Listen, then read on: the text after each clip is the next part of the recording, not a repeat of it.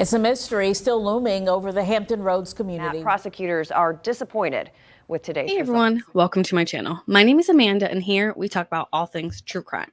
In today's episode, we are going to cover some true crime in the news. As you can tell by the title, I have a few cases that I want to go over that have been in the news that I think deserve some insight, or we can just talk about the sentencing of some.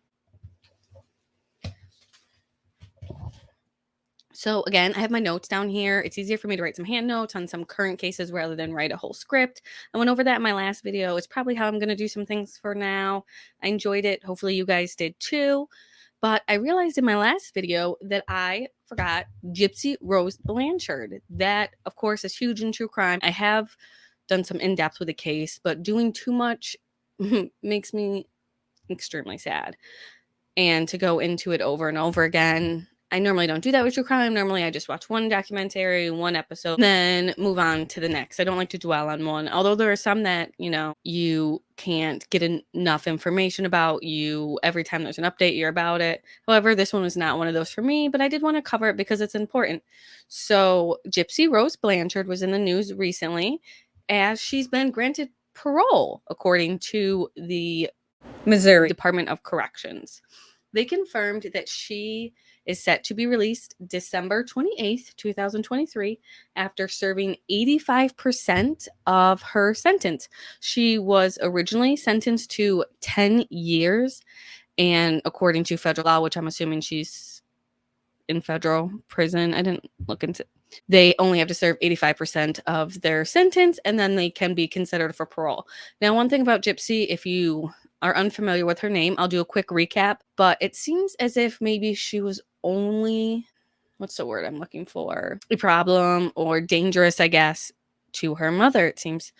Now, let's just do a real quick recap for those who are unaware who Gypsy Rose Blanchard is. So she became, I guess, national headlines because of her upbringing prior to the murder. When Gypsy was 8 years old, her mother, Dee Dee Blanchard, began to tell people that Gypsy was suffering from leukemia and muscular dystrophy, and that she actually needed to use a wheelchair. So from the time that she was 8, she was in a wheelchair, from my understanding. At one point, Gypsy was even forced to be put on an oxygen tube in order to help her breathe, even though she didn't really need it. Her mother just forced these things on her while telling other people that she needed them. She told Gypsy's father, which I believe Dee Dee and the father were estranged, obviously, for something like this to happen. I couldn't imagine that they lived together. But Dee Dee told her husband that it was a chromosome disorder that was giving their daughter all these issues rather than leukemia and everything else she was telling everybody. So she was actually telling people different stories, which you will see a lot when people obviously lie. So the public would find out that Gypsy was not actually sick and that her mother forced her to do all of these things, to shave her head, to use a wheelchair when she could walk just fine. I couldn't imagine making a young child shave their head to make it seem like they had leukemia. It just blows my mind sometimes how people act, especially with their children. It's not hard to be a good parent and just give a shit.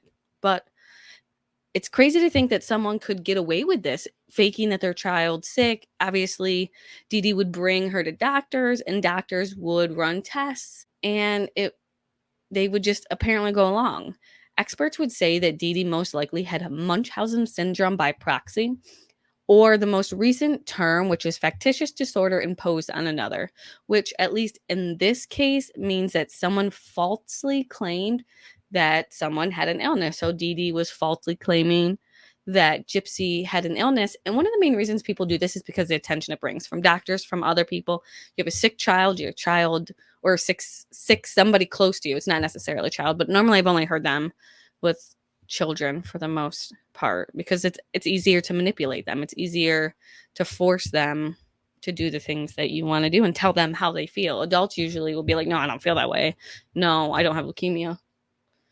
My dog just scared the shit out of me. So Dee Dee would take Gypsy to the doctors, telling them basically that this is what's wrong with Gypsy. The doctors would run tests, and the ones that would push back and say that the test results were inconclusive or did not correspond with what Dee Dee was telling them, Dee Dee would just switch providers to one that would listen to her and follow what she said exactly.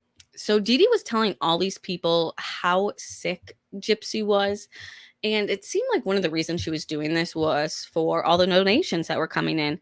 She would get money, trips. They went to Disney a few times. They even had a house built for them, Habitat for Humanity in Springfield, Missouri, back in 2008. So at some point, Gypsy would become a legal adult, 18 years old. At this time around then, she was trying to get away from her mother's control. She was talking to other people online. At one point, I believe she ran away to be with somebody she met at a convention. I can't remember which kind it is, but she ran away to be with somebody, and her mother tracked her down, convinced this man that she was underage, even though she wasn't, and forced Gypsy to come home with her.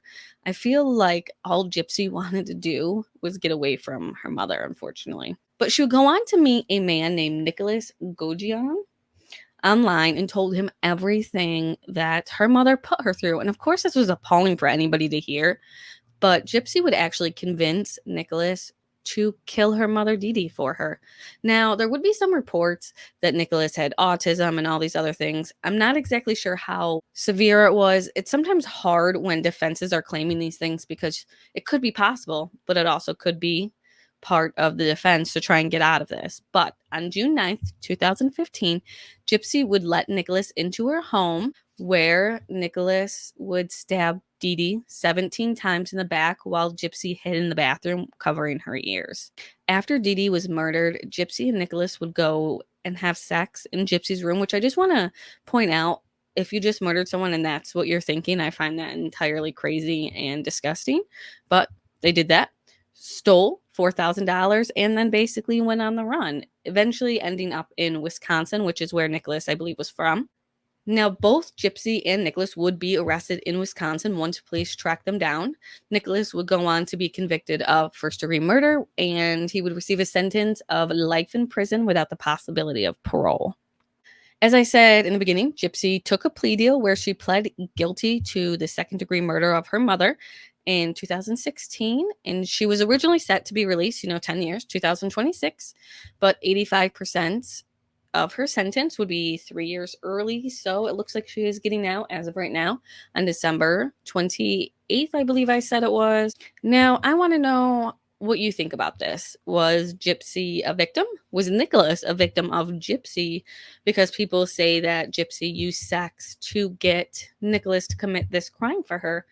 While I do think that that could be possible. I don't know Nicholas. I don't know their relationship. I didn't deep dive too much into this to find out exactly what that entailed. But I do think that this possibly could have been the only out for Gypsy. Now, I don't condone it, but in her mind, maybe this was it. Now, everything she went through in her childhood definitely had some effect on her sentence, and hopefully she gets out and does good things with the second chance that she was given. Now, another one I want to touch base on real fast. I have another one after this, but I may not get to it. My kids are about to get off the bus. Try to squeeze a video in real fast so I can get this out. And I have another story I want to talk about, Jason Billingsley, which we all have heard in the news, but I can touch base on that in another video. Maybe do another one with that one, two in this one, two in that one. We'll see how it goes. So Lauren Pazienza, hopefully I pronounced that right, was recently in court for sentencing in her involvement in the death of 87-year-old Barbara Gustern. Lauren pled guilty to first-degree manslaughter after she pushed the 87-year-old voice coach in the street, causing Barbara to fall and hit her head on the road, leading to her death. I'll do a quick recap, as I like to in these videos, for anyone who is not familiar with the death of Barbara. I do remember this last year because there was a little search for, not a little, there was a search for the murderer for a while there, and you could keep hearing on the news and reports and articles. I'm more of an article person. If I see an article, I'll read it. I don't really keep up on the daily news. But so it allegedly all started back on March 10th, 2022 at about 8:30 p.m. when Lauren was out celebrating with her fiance, because I guess there's like 100 days to their wedding or something. So they are out celebrating. But Lauren became upset and threw a hissy fit after her and her fiance were asked to leave Chelsea Park because the green space was closing. The place that they were in was closing. Like I said, this caused the alleged drunk Lauren to get upset, throw food at her fiance, which that's pretty fucked up. But then she would storm away, crossing the street, pushing Barbara after yelling obscenities at her. And then she would just walk away like she didn't do anything. It would be a witness who called 911 to report Barbara laying basically in the street bleeding because this woman, like a coward, pushed her and ran away. Barbara was brought to the hospital where she was found to have a hemorrhage on the left side of her brain. In the meantime, according to prosecutors, Lauren hung around the area for about 20 minutes before she took the subway back to her apartment that she shared with her fiance in Astoria, Queens, where she didn't mention to her fiance pushing anyone, acting a fool, doing anything stupid until several hours later. After this, she ended up deleting her social media, removed her wedding website, which I saw had to do with a business. I saw that she had to do weddings, but then in another article, I saw that she was a furniture person. I can't remember off the top of my head what it was, but she dealt with basically high-end furniture. Either way, she removed her website that linked to her business and fled to her parents' home on Long Island. Barbara would be taken off life support 5 days later and would pass away on March 15th, 2022 from her injuries. Police in this time, those 5 days, they were searching for Lauren. Well, first they didn't know who it was, and then they were searching for her. And Lauren would eventually turn herself in on March 22nd, where she originally pled not guilty. She would go on to change her plea on August 23rd, pleading guilty to first-degree manslaughter. In exchange with the plea deal she agreed to, she would be charged or should be sentenced to 8 years in prison. Lauren was sentenced on September 29th to 8.5 years in prison, followed by 5 years of post-release supervision. And the judge cited Lauren's inability to take responsibility for her actions for this additional 6 months.